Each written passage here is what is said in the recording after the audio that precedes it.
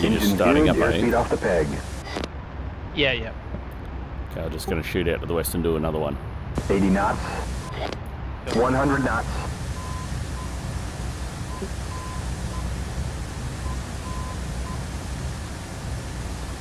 Heads up, nails 5 o'clock.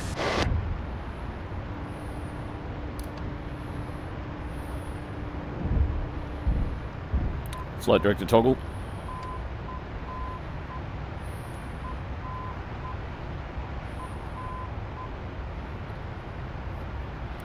Okay, Jim Zap, I've departed off 26 that time to the west, climbing to 10,000, opposition 12 miles west for the ILS 08. Cool. How far before you're airborne, mate? Probably about 5 minutes. I'm just following along on taxi at the moment. Oh, God, okay.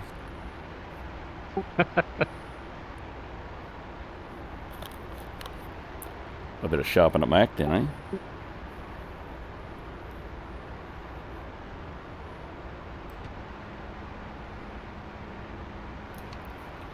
Is it just Creech that you've figured out how to work? No, I can do it anyway. Oh, yeah.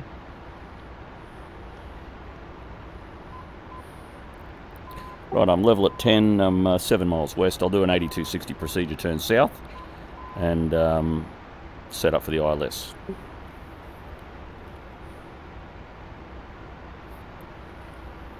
All I'm doing at the moment is tracking outbound on the tail of the needle off Creech. Yep.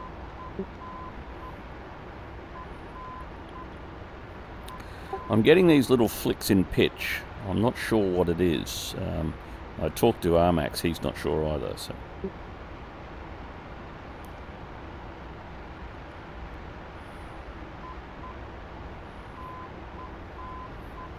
Right, there's 11 miles, so I'll just start the 8260. What's the 8260? Okay, so when you want to set up for an instrument approach, you've got to get from in the old days, a known nav aid to a point where you can commence the approach. So what you used to do was you could do what's called a reversal procedure. And you can you want to reverse along an outbound track. So if I've just flown 260, because the 080 is the inbound track, so I've flown outbound on the 260 to a distance, and I now want to do a reversal turn of some kind. A couple of ways I could do it. I could turn 45 left, fly for a minute, do a 180 right, fly for a minute, and then turn onto the inbound course. Makes sense, eh? Yep. To an engineer. Or I can do an 8260, which is a rolling turn, so we roll from one turn into the other. So that is, I turn 80 degrees to the left in this instance, and then, which was to a heading of 180, and I bounce off that heading back into a right turn onto a heading or through 260 degrees onto the inbound track, or heading which will be 080. Oh, yep. Usually when I've seen these reversal procedures to date, it's like you're heading out on one angle and then coming back on another angle, so it's just a 180 degree turn at the end. No, okay, so that's another type of reversal procedure. That's the actual instrument approach. But yeah, so you go out, say, on the 210 radial, and then make a left turn to come back in on sort of the or the 180 radial or something, Yep, cool. That sort of stuff. They're standards. Have you got a copy of the DAPs, the departure approach procedures? The Aussie ones, yeah. Yeah. Okay. Cool. You got plates for places. Cool. We'll use those for some practice as well. So all I'm doing is a nice easy turn round. I'm at 22 miles. I got a bit far away. Trying to hold 10,000 feet. And once I'm established inbound at 10,000 because of the terrain, once I'm established inbound on the 260 radial or on the localizer, once I get close enough, then I'll start a descent to, I want to be at 6,000 feet at 10 miles, which would be 3,000 AGL. Oh, yep. So it's generally around about, you can call it about 300 feet a nautical mile. So guys say, 3,000 feet at 10 miles, 2,000 feet at 6 miles, 1,000 feet at 3 miles. Yeah. That's a rate of descent around about sort of 800 feet a minute, something like that, because of course it's related to ground speed. Yep. Flight director toggle. Okay, so I'm showing reasonably on the localizer, so I've just turned the flight director on now, showing me above glide slope and pretty much established inbound. So I'm going to pull the power back and start a descent from 10,000 feet and also decelerating. 19 miles, I've got plenty of time.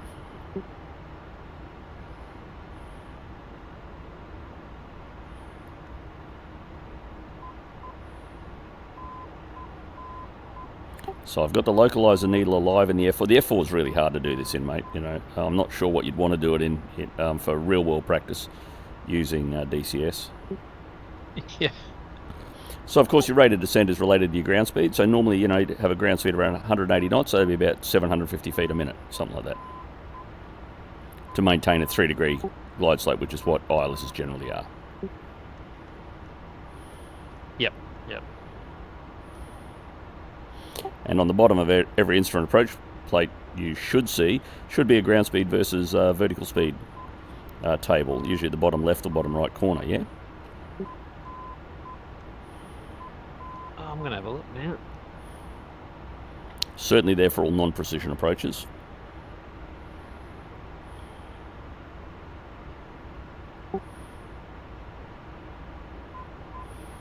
It's interesting, in DCS, at about 13 miles, you get this little glitch in the localizer. It goes out to one side. It tends to come back to where it should be, but it's a bit odd. Yeah, well, it's DCS, so... I don't expect it to be perfect. Yeah. Okay, there's 10 miles, 6,000 feet pretty much, and that's showing on, or 5,900 showing on path. On glide slope, I should say. So at 6 miles, I'll dirty it up, gear and flap. Mind you, I'm doing 240 knots indicated, so I'd probably have a vertical speed of around about 1,200 feet a minute, which indeed that's what it's showing me. It's pretty good that you can fling that off the top of your head. Oh, it's easy, mate, you know. There's bloody nothing hard about it.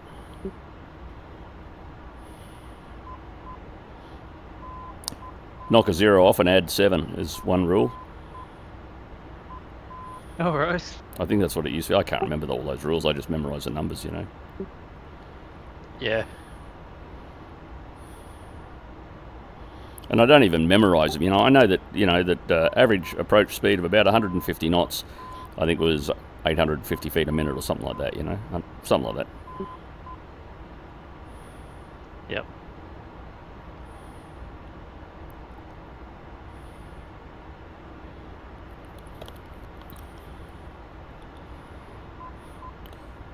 Right, 6 miles, so configure.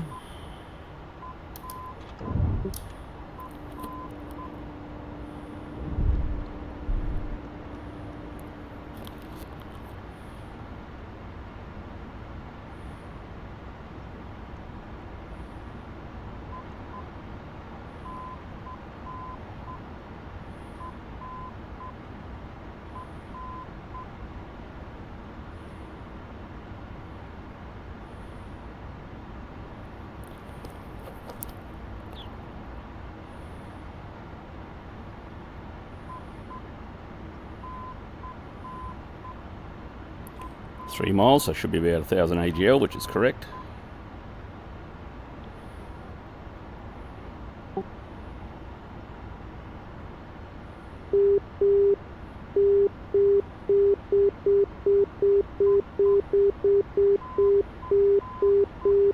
Okay, gear, flaps, pressure, warning lights, anti-skid. 300.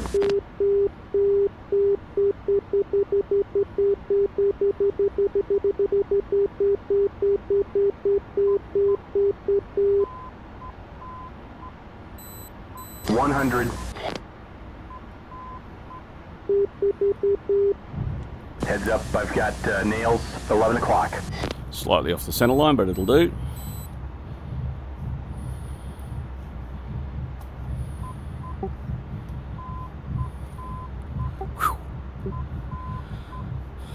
Right, That looks pretty tidy and stop. tacky, yeah.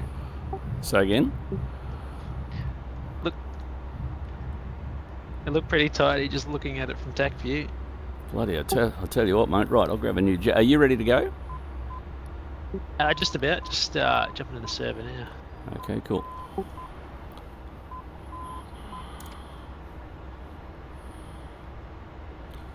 I'll just stop that recording.